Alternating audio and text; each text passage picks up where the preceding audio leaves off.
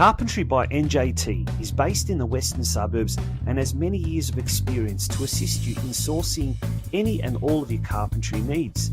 Carpentry by NJT are great supporters of local soccer clubs in Melbourne's western suburbs, including ambitious State League One outfit Sydenham Park Soccer Club. Home Builders Core, meanwhile, is a Melbourne-based construction company by the same owners with more than 15 years' experience. Home Builders Core specialises in new homes and unit developments. With attention to detail, they work to the highest standard to satisfy their customers with a very quick turnaround. For further details about how either Carpentry by NJT or Home Builders Core can help you, contact owner-manager Nick on 0410 576 018 or via email at nick@homebuilderscore.com.au. Carpentry by NJT and Home Builders Core are the proud major sponsors of the Football Out West show.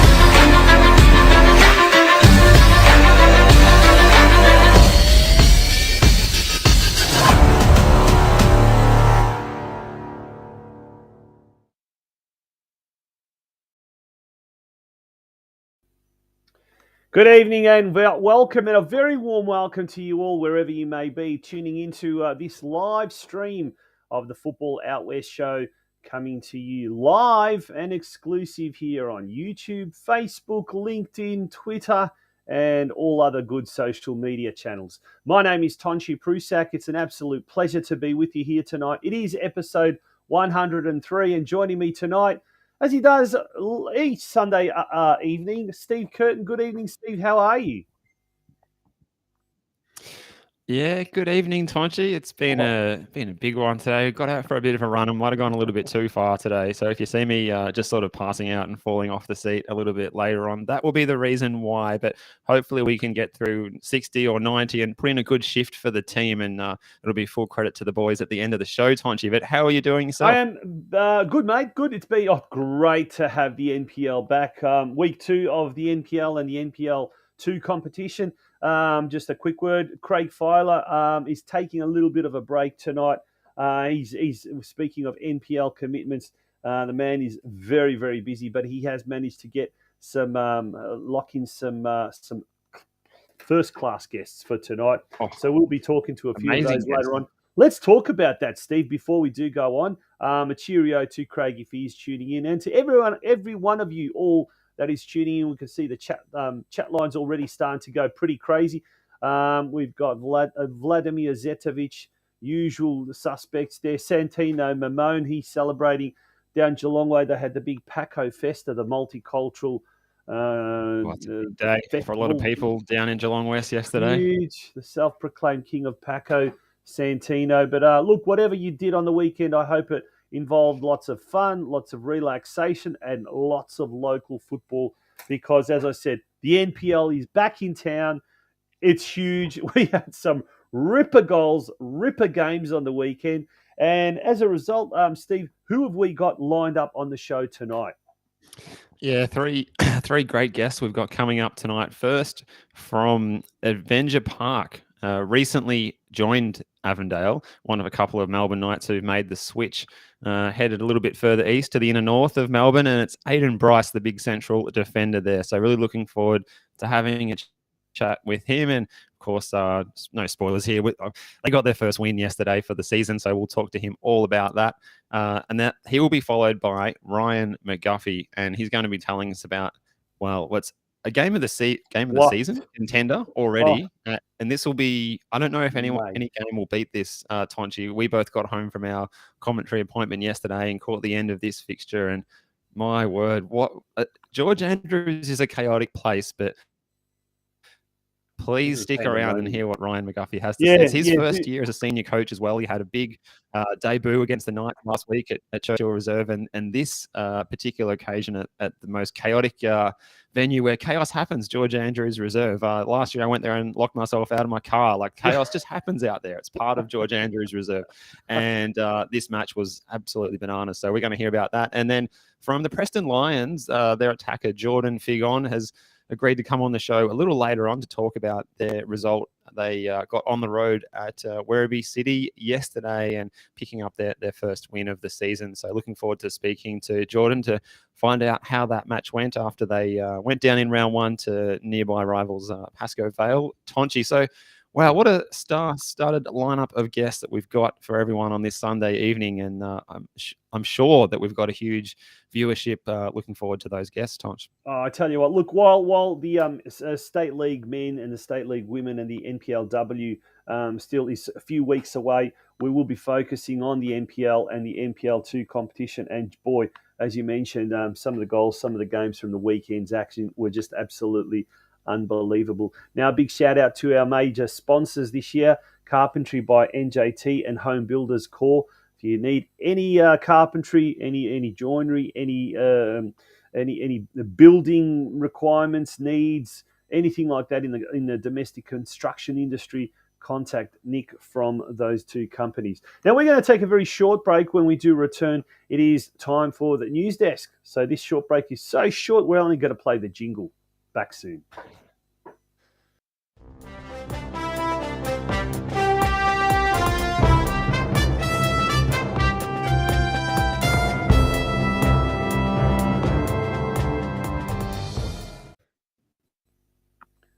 Welcome back, Steve. Welcome back, viewers. What is happening in the world of football locally? Yeah, let's catch up with a bit of news that's happened this afternoon. And one of the teams from the West who's doing very well this season, and we've had their coach on the show, his name is Mark Torcaso, and it's Western United's A-League women's side. They had their biggest win that they've had so far in their fantastic debut season, 6-0 up at the number 2 sports ground, as it's known, the aptly named number 2 sports ground, not number 1, at Newcastle against the Jets. And it was the first ever A-League goal for Carly Johnson, and then she went on and got a second goal within 34 minutes as well. So a really good performance, a screamer from TJ Vlanich, Danielle Steer, and of course Hannah Keane, the leading scorer in the comp. She found the back of the net too. So well done there. And we wish Mark Torcaso, if he is tuning in, a speedy recovery, because he was unable to be there because I believe he tore his calf during the week and couldn't make the trip up there.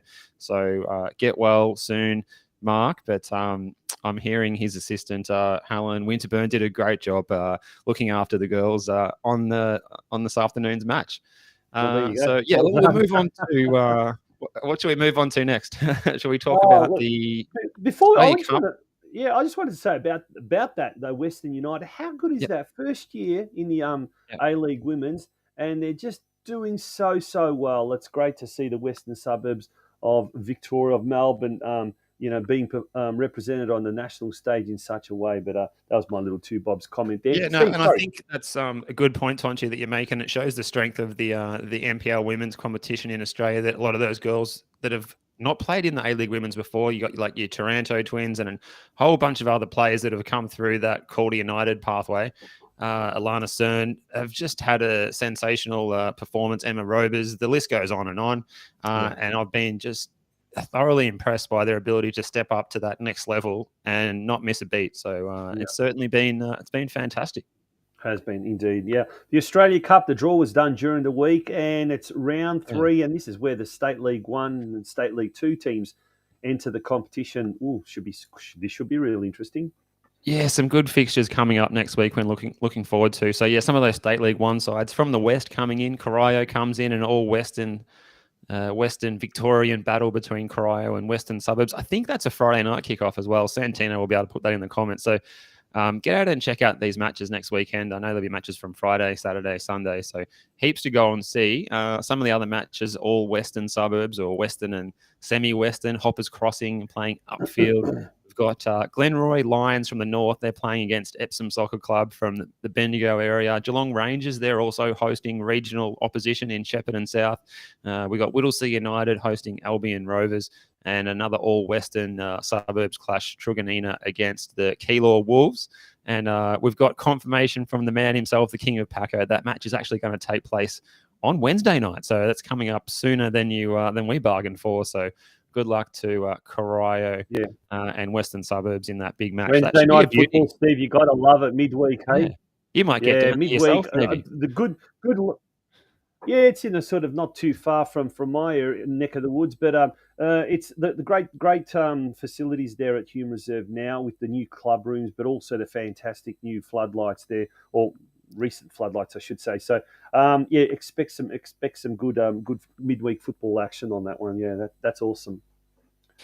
Absolutely. We might touch on the National Second Division, which has been a topic that's driven a lot of interest in football and in our program over the last year or a couple of years as well. And the expressions of interest period is on, and clubs, we believe up to 25 clubs have put in an expression of interest. And if that's correct, that's a huge number, isn't it, Tonchi? Yeah. Very exciting time. And we saw, I suppose one of the pin-up clubs in Victoria, Preston Lions, announced that they have indeed put in their expression of interest earlier in the week. Another Macedonian club, Rockdale, up in Sydney, they've put in theirs, and a whole bunch of Queensland-based clubs as well. Gold Coast Knights, the Sunshine Coast, Peninsula Power, Olympic FC up there, Ben Kahn's old club that he coached before moving to the Knights. Perth Soccer Club's an interesting one. They've come out and said that we're not putting in an application for the expression of interest period for the National Second Division. And that might well mean that we don't see any West Australian teams. So maybe no football across the Nullarbor, which would be a shame, Tonchi. It would be a shame. Look, it would be, but initially, understandable as well. Because understandable, the costs are going to be, let's face it, for a lot of these second-tier clubs, exorbitant. And unless there's money coming in from TV rights, unless there's money coming in from league sponsorship, we're not talking individual club sponsorship, that's going to filter back to the clubs. It's going to be a rather expensive proposition for a lot of them. And I know in South Australia, I think Adelaide City are the only ones that have put their hand up. The rest of the clubs, including West Adelaide Hellas, which is quite interesting, have decided not to. And I think with the South Australian and the Western Australian clubs, there is going to be a concentration of Eastern Seaboard clubs represented, no doubt. And look, for the first few years, I think a lot of those clubs will be sort of adopting a wait and see attitude. And you can totally understand that, Steve. Like I said, costs will be quite high, and will the return on investment be sufficient for them to sort of really prosper at that level? Look, I'd love to see it happen down the track. But in the short term, maybe Adelaide City, and that's as far west as we could probably expect. But look, sit tight, watch this space. No doubt this is just the first phase, isn't it? The expression of interest. But then the next phase, I think they have to put $5,000 as an application deposit or something like that. Yeah, seeing that in the comments from Alex Sivkarowski there as well. So, yeah, that's a bit of a put your money where the mouth is, but where your mouth is moment, I suppose, for clubs wanting to do that. And I've seen a little bit of an online backlash about that as well. And I think some rumors that it could be even more than 5,000 too. So, yeah. It's an interesting time, and it's a shame that we can't get an official list of, I suppose there's some confidentiality agreements, and if clubs don't want to say, they don't have to say. So possibly. A lot of clubs have proudly come out and used their socials to inform us that they have submitted their EOI. So, look, we'll just have to keep trading along and see where this takes us. Tasmania, I haven't heard of South Hobart putting in, if I'm not, if I'm correct there. So I haven't heard of any Tasmanian bids as yet as well, but hopefully there's one from the Apple Isle as well, which would be nice. Yeah. Anything else happening in the world of soccer before we turn our attention to the NPL and NPL2 Victoria competitions? Well, it's 8:15 now, so I think it's only time that we've got a lot to unpack in this round. So I think it's time to tick over to the men's NPL1 and look forward to dissecting some of these games, Tonchi. Yeah, look, we're going to take a very, very short commercial break. And when we return, we're going to tackle the NPL and the NPL2 competitions. Just a quick overview, and then it's time for our first guest for tonight. And that'll be the strapping Avondale FC defender, Aidan Bryce, who'll be joining us. His side's off to a very, very good start. And we'll find out all about that straight after this break. Folks, don't go away to the Football Out With Show, episode 103, season 5. How good is that? See you soon. At Guzman Finance, like you, we are passionate about the Western Suburbs and football. Our main passion, however, is helping customers succeed in their financial goals. As trusted mortgage brokers, we offer knowledge, personalised service, and access to hundreds of loan products from Australia's leading lenders. If you're in the market for buying your first home, looking for a better interest rate on your mortgage, renovating your home, or buying an investment property, my team and I will help you manage the process from start to finish. Avoid costly mistakes and expensive loan products. Contact our office on 9369 6805 or 0425 826 055. Welcome back to the Football Out West show. Steve, let's turn our attention now to round 2 of the NPL Victoria competition. Did you want to go through the results first of all? Yeah, let's have a look through. We've got some results and some goal scorers from the weekend's matches. So we'll go back to Friday night, and there was a couple of 7:30 kickoffs. The Knights and Oakley Cannons. Oakley certainly went in favourites in this one, Tonchi, but they were held by a Knights side with Evaro Nepomuceno scoring. Well, I think at the moment it's the goal of the season from that set piece to cancel out the young boy who's come down from Queensland, Alexander Flickner, who got his first goal for the Cannons. Did you catch a bit of this one yourself on Friday night, Tonchi? I saw only a little bit of the highlights, but that goal was absolutely what a pile driver. We talk about some of the goals that were scored this week. We also saw one at North Geelong yesterday, not by North Geelong, but by the opposing team, Port Melbourne. We'll get onto that shortly, but that was fantastic. Hume City, Heidelberg United, 1-1 draw there. Green Gully hosted South Melbourne, and mate, South Melbourne, they were tested by Moreland City in round 1, but in this game they were quite comprehensive in their defeat over Green Gully. Steve, our pal Craig Filer was at this game with Lockie Flanagan. I haven't had a chance to catch up with a lot of the highlights, but I think Green Gully they shot themselves in the foot when Gianluca Iannucci, one of their attackers, was sent off in the 32nd minute, and it really opened the door for South, who were already winning 1-0. Alan Guerres with a goal for Gully, though, the former Geelong central midfielder, scoring his first goal for the Cavaliers. But Ajak Riak, looks like a good signing for the South Melbourne side, scoring a double in the second half to complement the earlier goal by Max Mikola, who's certainly a player that's already stamped his authority on NPL Victoria last year. Now, Moreland City, they got their first win, and yes. How exciting is this for Adrian Mathers and all of the boys down there? Nicholas Bavkar and Fletcher Fulton, the boy from Tassie, getting on the score sheet. As we say, Nicholas, the better of the two Bavkar brothers. The other one is, just doing his thing, refereeing that Nick is the star of the family. Yeah, we've got no doubts about that. Yep. Jackson Morgan scoring on 7 minutes for the Bentley Greens. Christian Pavlidis sent off on 12 minutes. So a feature of a couple of these games on the weekend was dismissals in the first half, which really set the teams back, and Moreland City at CB Smith get their first win, and maybe they'll be wishing they played there, just all the time, given that they can't play at Campbell Reserve, their usual venue. Absolutely. Now, Avondale FC, they defeated Altona Magic 3-0 at Avenger Park. We'll go a little bit in depth in this game with our first guest, Aidan Bryce, who is in the green room. He's patiently waiting to come on, so we'll get to him very, very quickly. Steve, the game that you and I commentated yesterday at Alco Park, a good crowd first up, very humid conditions, but North Geelong took it up to Port Melbourne Sharks, but the Sharks, who finished in second spot last year, they just prevailed. They were too strong. 2-0 winners over the newcomers North Geelong, and you've got the goal scorers there, Steve. Yeah, Port Melbourne side that just seems to have added strength and depth to their lineup, and they look like a imposing figure this year in NPL Victoria. Chris Duggan scoring from the spot on 9 minutes, and then what would have been the goal of the round any other week, Luca Tavir with picking up the ball on halfway, a solo run, and then blasting it into the top left corner with an absolute perler of a strike. So good couple of goals there. But yeah, the Sharks bringing on players like Dorjock off the bench, who's recently been in the A-League. They've got Ross Archibald, who was suspended, to come back. They seem to, Mohamed Adam coming off the bench as well.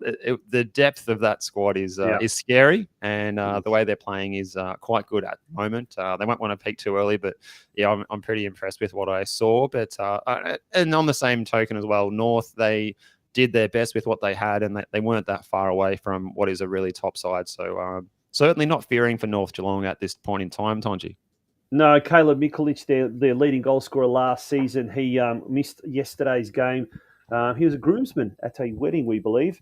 Anthony Banavats, the tall, reliable centre-back, a real clubman, he also was missing, and he's just coming off a foot injury. He should be right for next week. But yeah, look, they had a couple of players out as well. So definitely the signs are good for both clubs. Although I guess they have differing type of aims for this year. Now, the big guy in the last game, the George Andrews Reserve, we talked about it. 4-4. Wow, that was the final score. At one stage, St Albans was leading 3-1.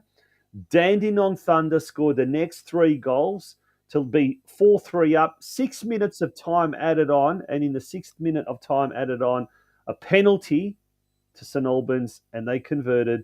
And it was 4-4. Unbelievable game. Like, the A-League doesn't have this type of edge of the seat excitement. But Steve, let's go through the goal for us.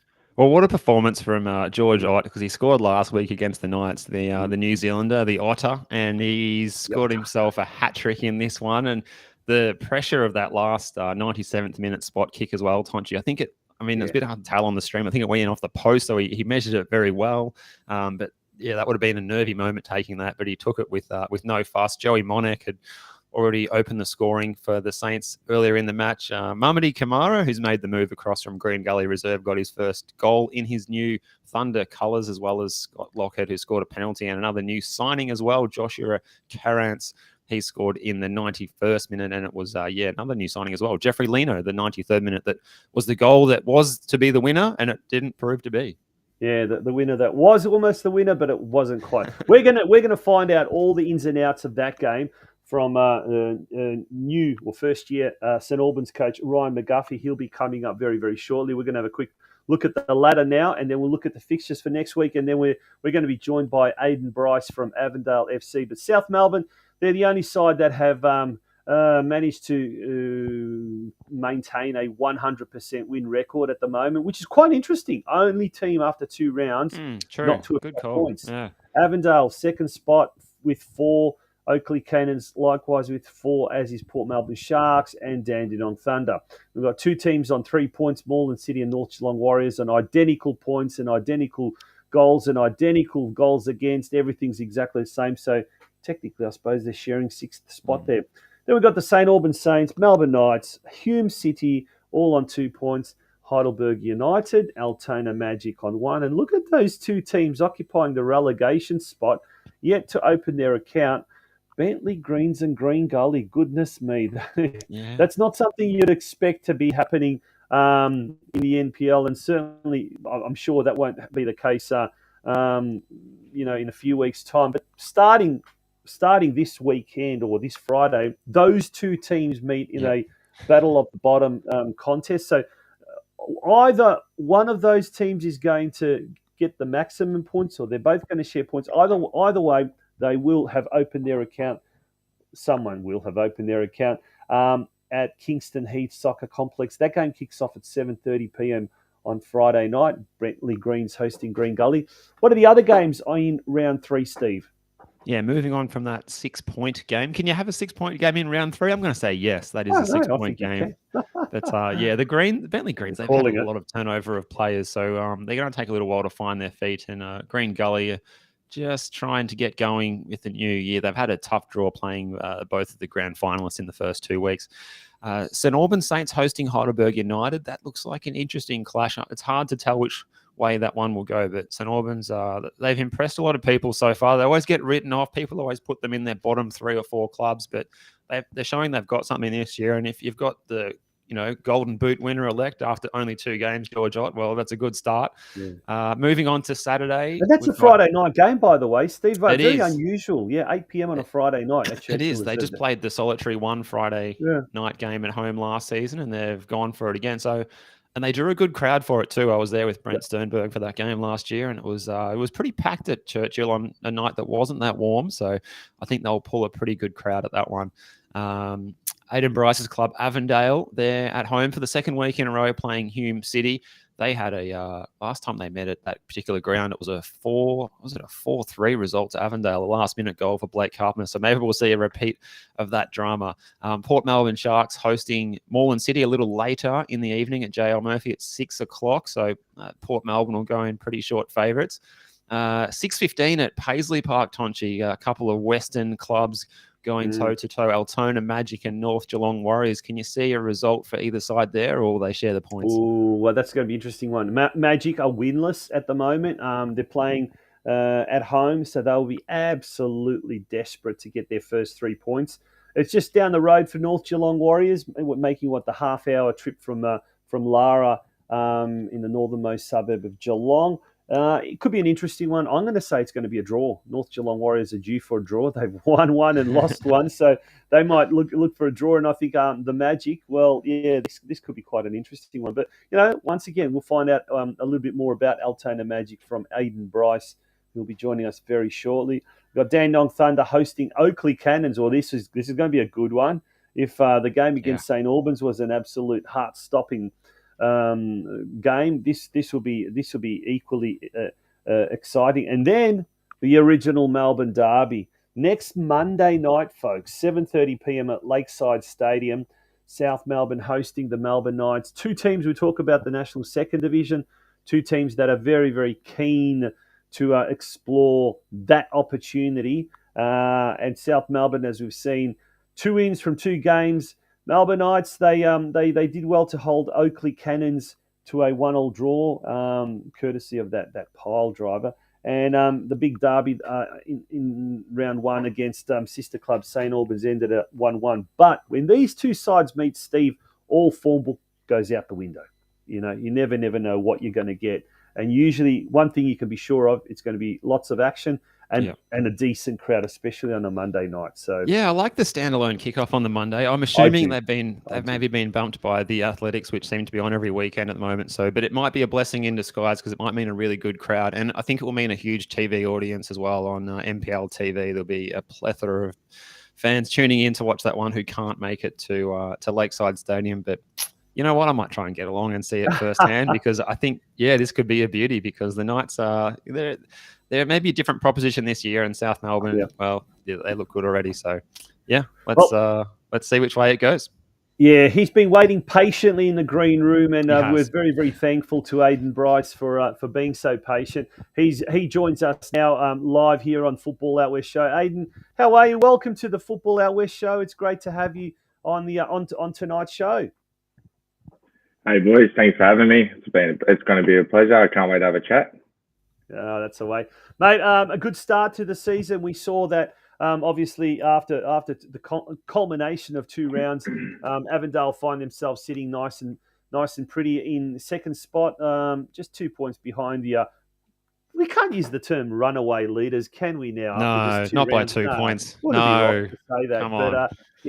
Aidan, not having that. The big crossover from the Melbourne Knights and the Knights and Avondale does have a very good rivalry there, so there's probably going to be even more ingredients to the rivalry. But how have you found your new surrounds there at Avenger Park and the team as well? And how have you found just fitting into the I don't know, the furniture there, so to speak? Look, the transition's been like. I thought it was going to be a lot harder than it's been, and it's been really good. The boys are good towards me. Obviously, Melbourne Knights and Avondale having the rivalry back in the last couple of seasons, and there's been some pretty big, I guess, what can I say, challenges. With a few of the players in the team, and a few words have been said before. But now I'm a part of the squad. I'm a brother to them. they're a brother to me, and I they couldn't be any happier that I've joined the club, and I couldn't be any happier either. And speaking of your movement across in the club scene as well in the off season, Tom Manos coming across with you, you've got him behind you and you're in front. Does that make it feel a little bit familiar, even though you're wearing the blue shirts now? Yeah, it's good. It's always good to have someone on a personal level as well in behind you, because like the things he helped me with last year, captaining the Knights, he's brought it into this season, and I improve as a player when I play in front of Tommy Manos. So it's good, and yeah, look, we always go to training together. We go to games together if we need to. Like we're always there for each other. So having him behind in the sticks is a massive help. Now, turning our attention to yesterday's game, we've got some footage there on the screen as we speak, Aiden. It sort of started off slowly, as we can see the game's almost gone 3/4 of the way through and it's still 0-0, but then sort of the floodgates started to happen in the last 25 or so minutes. How did you find Altona Magic? Were they initially hard to break down, or was it more of a case of, just some early nerves from the boys in blue until you settled down and then really started playing your natural game plan?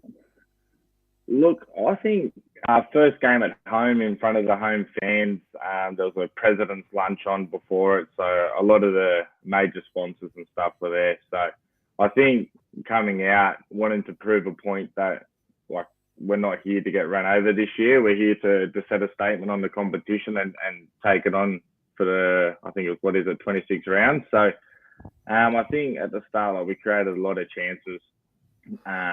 Just couldn't find the back of the net, and I think that's just put down to we had too much energy, and that kept making us make the wrong decision maybe. But look, I can't complain. I haven't had that many opportunities in the first half before, so it was positive. Like I didn't think we started off bad or slow. I just think we just took a bit to find the back of the net, and but Altona, they were a different opponent to read. They're a bit of a newer squad compared to last year's. I feel they got a lot of new boys. But look, they were young, they were energetic, they wanted to keep running all day, but we always just said we had to stay patient, and when we get one goal, I'm sure we'll be able to start opening up the game a little bit more, and we'll be able to get 1, 2, 3, and hopefully just keep running over them, which I think we sort of did. We sort of got onto that, and once Yusuf Ahmed come on, I haven't seen a performance like that off the bench in a long time, and he got the one off Liam Boland's penalty, and then he scored 2 minutes later, and he just really set the rest of the game up for us. So, yeah. Yeah, it was a classic case of the floodgates opening, and when they did, it took a little while, but it was, I guess, worth the wait for the Avengers fans and the players. What was the message, I suppose, from Zoran going into this game? Did you take anything away from that match in round one against Port Melbourne? Because that was a very interesting tactical battle for round one last week.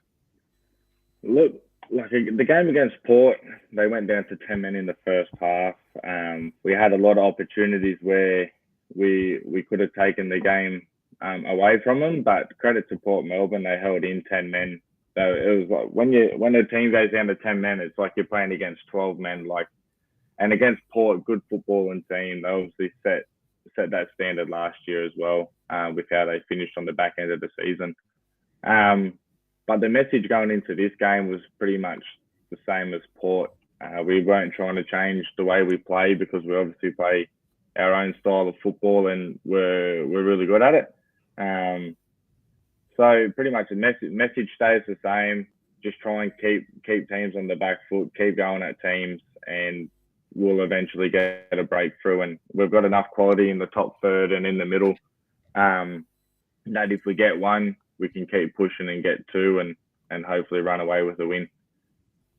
Now, Aidan, one of our viewers has gave us a little interesting story that happened at the game. Alex Sivkorovsky, thank you very much for that. A funny thing happened in the Avondale versus Altona game. Get this, the ref forgot his cards after halftime and had to get the fourth official to get it, delaying the game. Did that actually happen? Look, I thought there could have been a couple of challenges in the first half that required a yellow card, and he obviously didn't give them. And now we know the reason why, because he didn't have the cards in the pocket. But yeah, it did happen, and look, the game was flowing really good. Like, it was the rain was coming down, so the football was good, and then we had a couple of minute delay, and it sort of just slowed the game off a little bit and changed the tempo, and then. But yeah, he forgot his cards and he was very apologetic for it. But we just said to him, "You're ruining a perfect game of footy." Yeah. It's often an accusation, but this was literally the case, which makes it all the better, I think, Aidan. What do you make of Avenger Park to play at? Obviously, it was a wet track yesterday a little bit. How did it play? And I guess you've got a bit of a front-loaded fixture of home games, which I think is due to the venue hosting a Women's World Cup training later in the year. And what's your thoughts on Avenger Park as a venue to play at week in, week out, or in the current state every week? Look, with the pitch upgrades that they've done, the pitch is absolutely carpet at the moment, and with the weather yesterday, a bit of rain on there, the ball was just gliding along the park. And even when it's dry, the ball still zips around. And look, I haven't played. That's my first home game for Avondale there, and the crowd was good. I haven't really been a part of a club where the crowd was like that. So it was good to see the sponsors and that come down and watch us get up and get the win in a, I guess, miserable day with a bit of rain, a bit of heat. So it was good. Yeah. Now, turning our attention to round 3 this Saturday again, and back to Avenger Park. So it's a double header, so to speak, 2 consecutive weekends. Hume City. We've seen 2 games, 2 draws, so they've had a little bit of a bit like Heidelberg, I suppose, a bit of a I won't say not an impressive start, but it's been a sort of a low-key start to the season for them. Do you know much about Hume City and what are you expecting with them? I mean, they did struggle last year, but have they got a new squad? Have you got any particular players that you want to sort of keep an eye on, being the central defender for Avondale? Look, I think it was the winger last week, maybe, scoring absolute rocket into the top corner. Obviously, he's going to be one guy to keep your eye on, as the likewise of Bingham as well. He's a real big stature in the box, so he can get up for a header when you're not focused, and he can really punish you. But look, I think Hume as a collective, they're a good club. They're a good football playing club. Like last year, they didn't have the best run, but towards the back end, they look very positive. And with the new coach and a couple of new additions that are also very good players, I think this year, look, they're playing pretty footy. They're just not scoring the opportunities at the moment. But once they start scoring a few goals and that, I think they'll be a very, very, very competitive team going forward. Yeah, definitely. Looking forward to seeing what Yagub Mustafa can provide for them since he's made the move out there. And yeah, I mean, Ersan Gulam is a very experienced professional, and he's going to be instilling that into their side. It might take a little while to get up and running. But for you, Aidan, on the training track, have you been practicing your set pieces and getting forward and hoping to score a few goals this season? Is are you enjoying training with your new squad and under Zoran? Yeah, in set pieces training and that, I try and get up and practice a few, because you never know. Centre back's luck might score a goal on the weekend, which I'm hoping to do this year. But yeah, the coaching and that under Zoran's just improved my game a lot more. So I'm a lot more focused on playing a lot more footy, and I just want to play my part for the team. I'm not really focused on anything else other than doing the team proud and doing what I do best. So. Yeah. Awesome. Steve, any last question? On the sheet at some time. Yeah, I think so. Well, I think that's about all we got time for, Tonch. Yeah. So just like to say a big thank you to Aidan for giving us your time on your Sunday night, and really good luck to you and the team from Avondale for the rest of the season and have a good match against Hume City this Saturday. And as we said, it was a thriller last time you guys played there against Hume, and hopefully it's equal as exciting this time around. Look, every game of football we're going to play is going to be exciting, and yeah, I'd just like to say thanks for having me on the show. Thanks for the chat, and I'm sure I'll catch up with you at a few games throughout the year. So thank you. That you will. Good on you, Aidan Bryce from Avondale Football Club, and well done on the start so far in the NPL competition. All right, Steve, we're going to take a very short break. When we return, doesn't look like we've got Ryan McGuffey yet in the green room, but we do have Jordan Feig on from Preston Lions, so we might turn our attention to NPL2 shortly after the break. So we'll be talking about that big game against Werribee City. Craig Filer's Werribee City, and big crowd, magnificent, talking about fantastic new facilities there at Costa's Mitre 10 Park in Werribee, or Galvin Park to the old faithful that knew it like that. We'll be talking to the winning Preston Lions player Jordan Feig. Don't go away, folks. Carpentry by NJT is based in the western suburbs and has many years of experience to assist you in sourcing any and all of your carpentry needs. Carpentry by NJT are great supporters of local soccer clubs in Melbourne's western suburbs, including ambitious State League One outfit Sydenham Park Soccer Club. Home Builders Corp, meanwhile, is a Melbourne-based construction company by the same owners with more than 15 years' experience. Home Builders Corp specialises in new homes and unit developments. With attention to detail, they work to the highest standard to satisfy their customers with a very quick turnaround. For further details about how either Carpentry by NJT or Home Builders Corp can help you, contact owner-manager Nick on 0410 576 018 or via email at nick@homebuilderscorp.com.au. Carpentry by NJT and Home Builders Corp are the proud major sponsors of the Football Out West show. Welcome back to the Football Out West show. It's great to see the chat lines are going absolutely crazy tonight. There's a couple of conversations happening there, a couple of interesting stories, and we can't. We've got to hear about this Dynamo weight loss challenge that Adam's exactly talking about in the comments. Yes, we're going to have to. Yes, thank you, Adam Tenanini, for putting that up. Yes, Ryan McGuffey hopefully will be coming on very, very shortly. But we're going to turn our attention now to State League 2.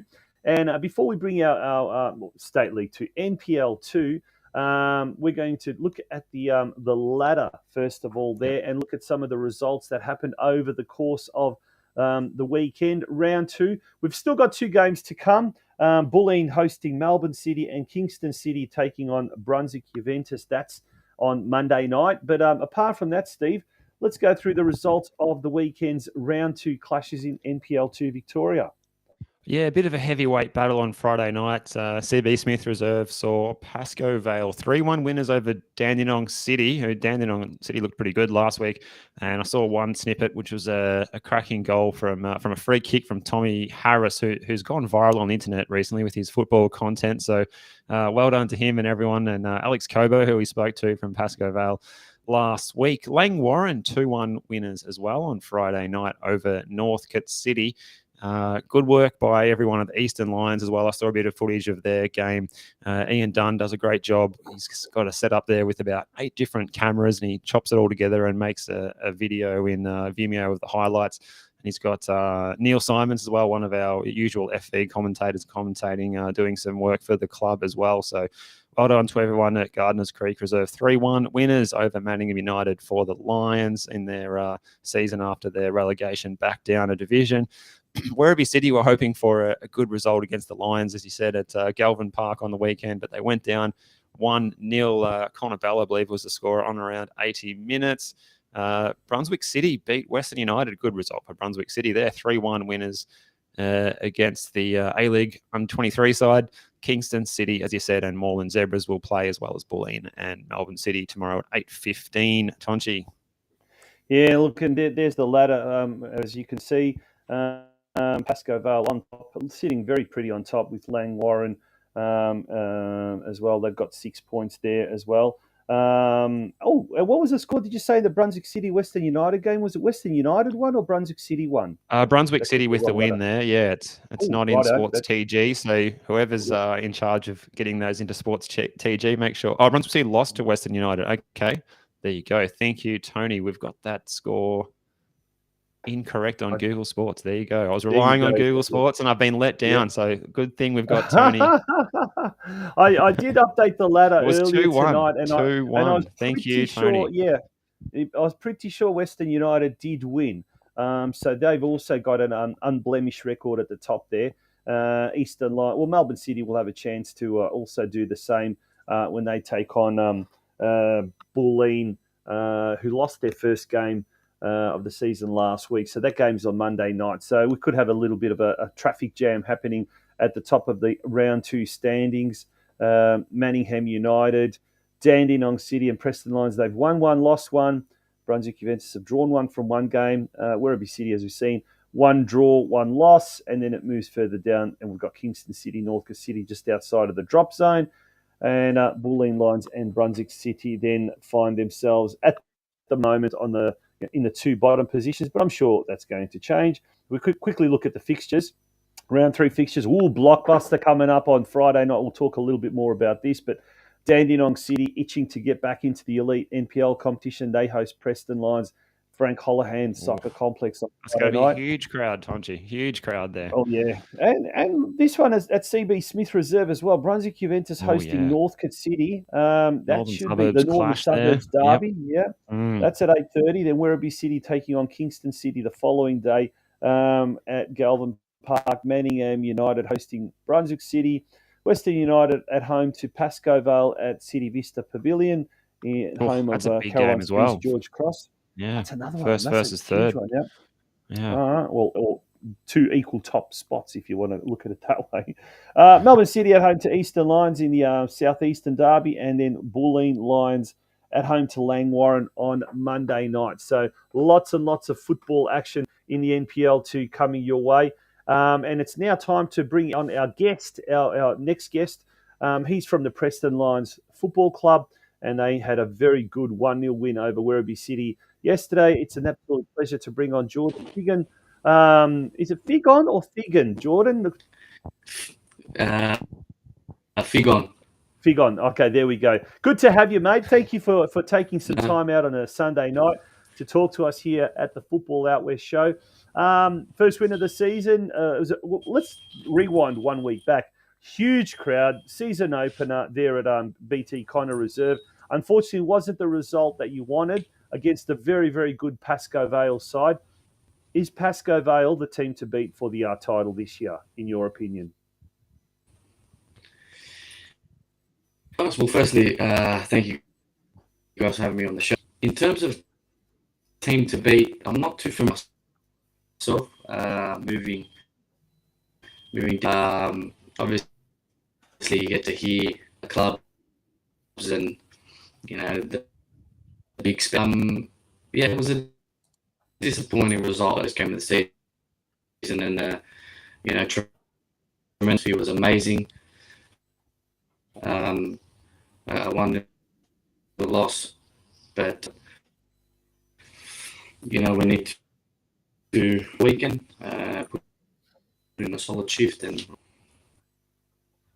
yeah, unfortunately, we seem to be having a little bit of technical problems with Jordan's audio. We can hear you, but it seems to be chopping up a little bit. We'll try and proceed, and hopefully the little gremlins will iron themselves out. But Steve, you had a couple of things you'd like to ask.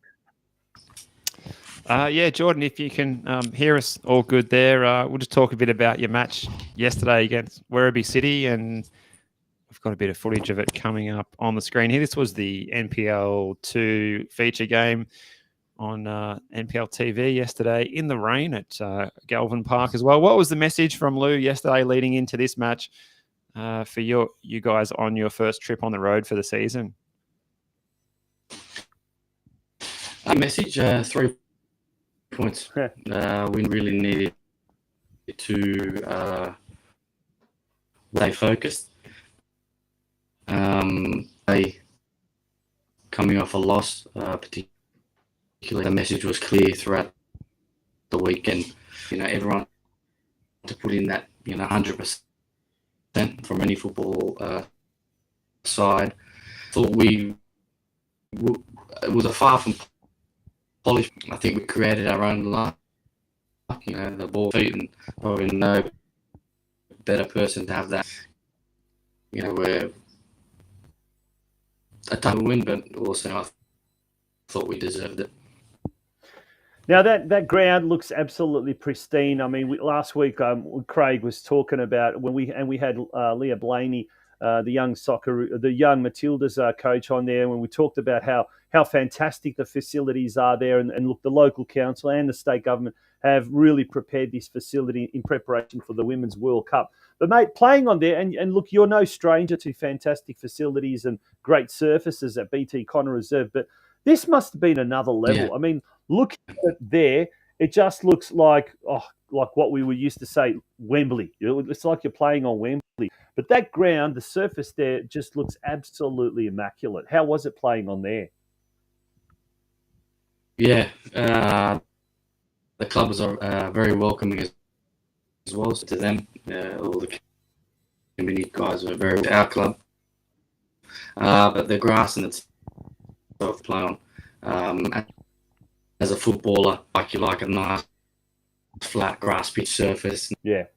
But use like that, try to keep the ball moving, keep it on the ground, and good football, entertain the fans. Yeah, for sure. It looks like an excellent pitch indeed, and the pictures of it we've seen leading into that young Matildas camp, it looked something like Wembley, just about. Now, your role in the team yesterday, you had to bide your time and come off the bench against Pascoe Vale last week, but this week you were straight in from the first whistle. What was your function in the attack yesterday, Jordan? Old-fashioned number 9. I've 80 odd minutes, and that's in a combination of all the preseason minutes. I've been in and out of the game for coming back from Europe. So with me in getting that body right, coming off the bench, a clear message to myself as well, to hold the line, lead the players into play, and try and play one after others. And yeah, unfortunately, time comes. Yeah, we apologise that really was poor audio, unfortunately, there, and seems to be that every third word seems to be cutting out, and we're not able to hear exactly what is going on. So maybe, Jordan, just every time you're about to say the third word, stop for a second and then continue. That might do the trick. Great solution. That's better than turning off and turning on again, Tonj. Yeah, it's like I'm about to talk now, and then we might be able to get everything. Let's turn our attention to this week. Dandenong City, this is a big game. We talk about big crowds. Dandenong City have been having some good crowds as well. But at Frank Holohan Reserve, this is at 7:45. That's an unusual kickoff time, Steve, isn't it? 7:45 p.m. A big game. Both teams, Jordan, have won one and lost one. And look, obviously, because it's still early in the season, obviously, so, we're not going to get carried away or anything like that. But nonetheless, you don't want to be dropping any more points, because as those ladder leaders start to kind of slowly inch their way away, Pascoe Vale, Western United, Langwarrin, you definitely want to be making things easier, not harder for you, chasing those front runners. I mean, a win is imperative here. How will the boys approach this game? Will it be much of a muchness as you do each week, or will there be something slightly different, the way you approach it, being another Friday night game? Do you change your sort of routine a little bit differently? No, given the majority of the night, the routine for the Friday game for round one, I think the mouse is to on the training pitch. Tomorrow's session name for us and the rest of the coaching staff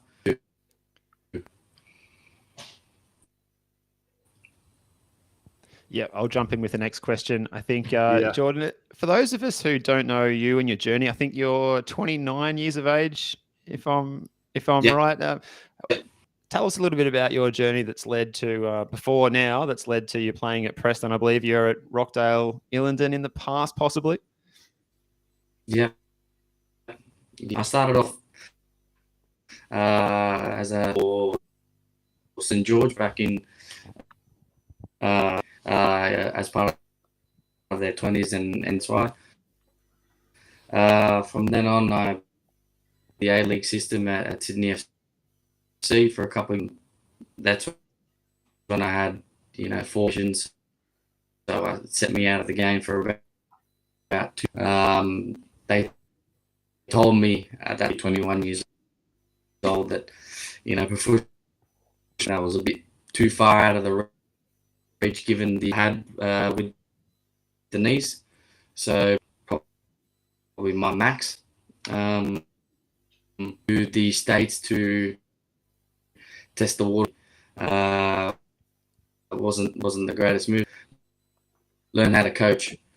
Put a reasonable season at Rockdale. Ended up going back to the professional environment. I completely blew my knees out, and then came back at 25 and retired, semi-retired since that. It's been a long and arduous journey, I suppose. Lots of I'm thankful for every minute. Right. Okay. Look, we're going to have to finish it there. Unfortunately, the audio seems to be cutting out, and it really is difficult to understand you. Jordan, we're going to have to get you on the show again some other time, and we'll have to iron out those audio problems from your end. But look, thank you very much for coming on the show tonight. All the very best for the big game against Dandenong City under lights at Frank Holohan Soccer Complex on Friday night. That's at 7:45 p.m. Kickoff. It's a battle of 7th versus 8th. 1 win and 1 loss from both your opening 2 games. Mate, all the best for the season ahead. And we're going to have to get you back on one day and compare the two, the New South Wales NPL and the Victorian NPL, because I'd really love to hear your thoughts on that once you've had a few games under your belt and you can sort of make a bit of an educated answer. No dramas, guys. Thank you. I apologise for the issues, but hopefully we'll see you again soon. That you will. That sounds good. Thanks very much for your time tonight, Jordan, and good luck this week against Dandy City. Well, we couldn't quite catch everything that Jordan said, but it sounds like he's had a very interesting career path so far. Yeah. A guy in his 29th year and, towards the latter stage of his career. But look, he's had time out of the game. Maybe sometimes players that have a bit of time out through injury end up somehow prolonging their carear. Yeah, so played at St George. Then, I did look up on his biography. He was at the Sydney FC youth side. Then he did play with Rockdale, Illingdon, I think Sutherland Shire Sharks as well in the New South Wales Premier League. And now he's down here in Victoria in the NPL 2 competition. And who knows, maybe next year we'll be playing in NPL 1. Maybe the National Second Division, Tonji. Who knows? You never know. It could be. It's a very interesting 12 months coming up in local football, let me tell you. It really is. Yeah. Now we're going to take a very, very short break. When we return, hopefully we'll try and chase up if Ryan McGuffey is available. At the moment, it seems to be a no-show. If not, we'll take a quick look at the Dandenong Thunder and St Albans game from last night, and also we will then wind up. Don't go away, folks. There's still a lot to talk about here on the Football Out West show. At Guzman Finance, like you, we are passionate about the Western Suburbs and football. Our main passion, however, is helping customers succeed in their financial goals. As trusted mortgage brokers, we offer knowledge, personalised service, and access to hundreds of loan products from Australia's leading lenders. If you're in the market for buying your first home, looking for a better interest rate on your mortgage, renovating your home, or buying an investment property, my team and I will help you manage the process from start to finish. Avoid costly mistakes and expensive loan products. Contact our office on 9369 6805 or 0425 826 055.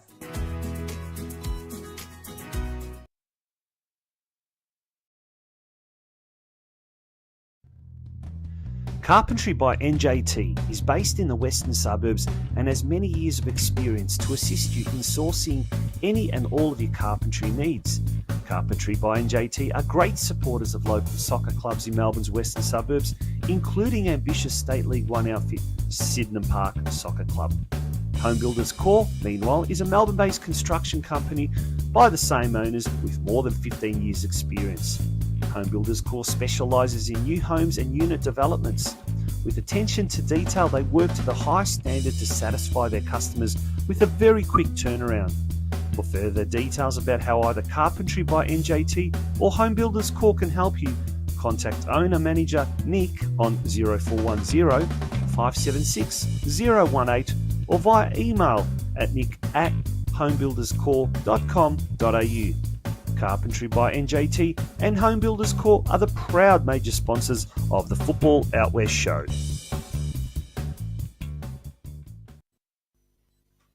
Welcome back to the Football Out West show, and we're going to very much take a look now at extended highlights or the last stages of the big game yesterday, and that's going to be the.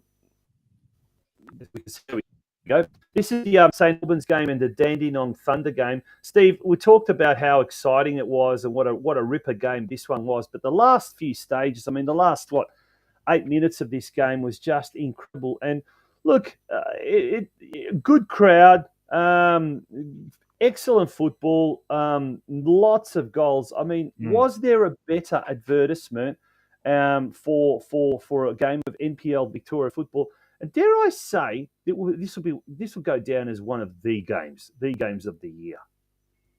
Oh, easily. I will be surprised if we can top this season, and it's only early. It's only round 2. But if you're not even really into football, you're not even you're certainly not into the NPL football. You could just sit down and just show someone this, and it's just pure drama and entertainment. And there's something special and pure about the local ground, the local atmosphere, the volunteers that are there, and the noise and the atmosphere that is generated from, all of those things and more, and the hardworking players grafting it out on the field. And you can see what it means to the players when the ball's going into the goal in injury time at each end of the ground. Like, you just you can't manufacture this. This is football at its best and football at its purest, I think, Tonchi, and that's why that this is such a good product, a good advertisement for the game as well. Yeah, look, like I said, 4 goals from 15 minutes or so. It was just incredible. I mean, actually, they scored all 4 goals in the last 26 minutes. So Kamara in the 70th minute. Then we had Lockhead, 87th minute penalty. Carrance in the 91st minute. And then Lino in the 93rd. Now, on the flip side, you had Joey Monek scored in the 11th minute. And then it was the George Ott show. I mean, what's his nickname? Biota, is it? Biota, yeah. I don't know if it's actually officially his nickname, but to us, I think we know him as the Otter. Yeah, you just made that one up. Yeah, the 17th minute, the 83rd minute, and then in the 97th minute. I mean, that is just incredible. Brenton Ray, good old Brenton Ray, he always has something to say. He says, Dandenong Thunder versus St Albans Saints was one of the all-time great games in NPL Victoria. For a long time, was listening to the match via NPL TV app whilst on the way home. Oh, mate, I totally agree with that. And look, and as Brenton says, if anything can make, when the trains are cancelled and you got to take the road coach, if anything can make a road coach okay, it must be pretty damn good. And this made his trip home all right. So, wow, that's a measure of how good this action is. What a good, 90 minutes of football. Yeah, well, next week, Ron McGuffey's St Albans take on Heidelberg at Churchill Reserve. This game is at 8 p.m. on Friday night. It's a shame we could get Ryan on. Hopefully, we might even try and get him on maybe next week or someone from St Albans. This is going to be a blockbuster, folks. I think Friday night game. Heidelberg have been really slow out of the blocks. And they often are in the early rounds. So it's true to form, but someone's got to get their first win of the season in this game, hopefully. Yeah, Bentley Greens at home to Green Gully, the Battle of the Cellar Dwellers, as we said on Friday night. As we had our first guest, Aidan Bryce, Avondale at home to Hume City. Port Melbourne Sharks taking on the newly promoted Moreland City. Altona Magic at home to North Geelong in the Western Suburbs Derby. Dandenong Thunder at home to Oakley Cannons. That's going to be a ripper. There's the look at that. Look at the pandemonium. The scenes of pandemonium there. It was just unbelievable. Someone with no insane, shirt on over the absolutely fence. insane. What's going on in there? Oh yeah, Chaos. a little kid. Look at him. Goodness me, he's going to become a. There's a player just being hauled back from the other side of the fence. Oh, it's just incredible, isn't it? And then stay around for about another 3 or 4 minutes, and then you'll see the last gasp penalty. And then the big one, South Melbourne taking on Melbourne Knights as well. That is on next Monday night. Now, before we go on, the junior NPL has started. As we know, at the moment, it's the grading phase. So they have, what do they call it? The first 11 games is like the grading phase. And in the Western Suburbs, North Geelong Warriors, this is an incredible achievement by a club like that, North Geelong Warriors. They have got every single one of their teams on top after the completion of round 4. So the under 14s, the under 15s, the under 16s, and the under 18s all occupy top spot. Now we've got teams like Western United are hovering there. St Albans are doing well. Altona Magic in some of the divisions as well. But that is a pretty amazing record, Steve. Well done to everyone involved at North Geelong Warriors, and to my co-host from the Ozcro Soccer Show, Josip Zilic, who's now back from Queensland, heavily involved in the football ops down there at North Geelong. It's incredible what they've been doing. Speaking of North Geelong, overnight, Anthony Leban, the former North Geelong Warrior, who is now playing in Croatia in the fourth tier competition, along with several other ex-North Geelong players, Nikis Vlahovic and Luka Skoko, son of Josip. He scored overnight. It was Urania's first win in about 3-4 matches, so quite an incredible achievement that. But, mate, there's a lot of young talent. We talked about it earlier, Steve, the women, the Western United women doing so well. And that's credit to the Calder United factory of producing some of that fine young talent. And it's not just the boys, it's the girls as well, right across the Western Suburbs, really impressing. Yeah, it's good to see. And it's hard to keep across all of these NPL junior action, but there's so many people doing great work to develop the junior elite level talent, Tonchi. And it's very, very important. It's crucially important because you look at these players that come through these pathways and, Nestor Irankunda today as well, scoring another stunning goal there. He's just turned 17 for Adelaide United against Melbourne Victory. There's some real gems out there, and hopefully there's many more like him to come through these systems. And we've recently, of course, had Garen Qual as an obvious one, but coming out of the Shepparton area, there's some really good people that put in a lot of good time, and that's what it's all about. It's great to see it paying off. Yeah, giving the young guys a go, and and most importantly, giving them a chance. Yeah. Now we'll stay with this goal. If you haven't seen this goal, this is George Ott stepping up to the spot with virtually the last kick of the day. There was 6 minutes of time added on. And he was made to wait probably 2 minutes from the foul to when he's actually able to take the penalty, just to add to the pressure, facing up against Majak Mawith, who got the gig as the NPL goalkeeper of round 1. Yeah, and you just watch this, folks. He sneaks it in. He calculates it very well, but this is to save the game. When really at one stage St Albans should have been winning it, should have won it, and there you go. Yep, off the inside of the post, fantastic. And goodness me, I think they just can't believe it. The Dandenong Thunder players, fans, and officials. But that was the culmination of what was a really eventful weekend of football locally, and we're glad to be a part of that, and we're glad that you folks have been also a part of tonight's show, so we thank you for being that. Do stay with us for next week, same time. Hopefully Craig might be back, he might not, we're not too sure about that, but it was a really good show tonight. Apologies about the little bit of the audio problem, and also apologies about the no show with Ryan McGough. McGuffey will try and get the big, is he Irishman, I think, or is he Scotsman? Scotsman. McGuffey, Scotsman. Yeah. We'll get him on Yep. the show next week, probably after that Friday night blockbuster at Churchill Reserve. All righty. Thanks very much, folks. Thank you for being a part of tonight's show. Steve, enjoy the week, and good night to everyone. Thanks, Tonch. Enjoy your week in football, and good night. Bye-bye.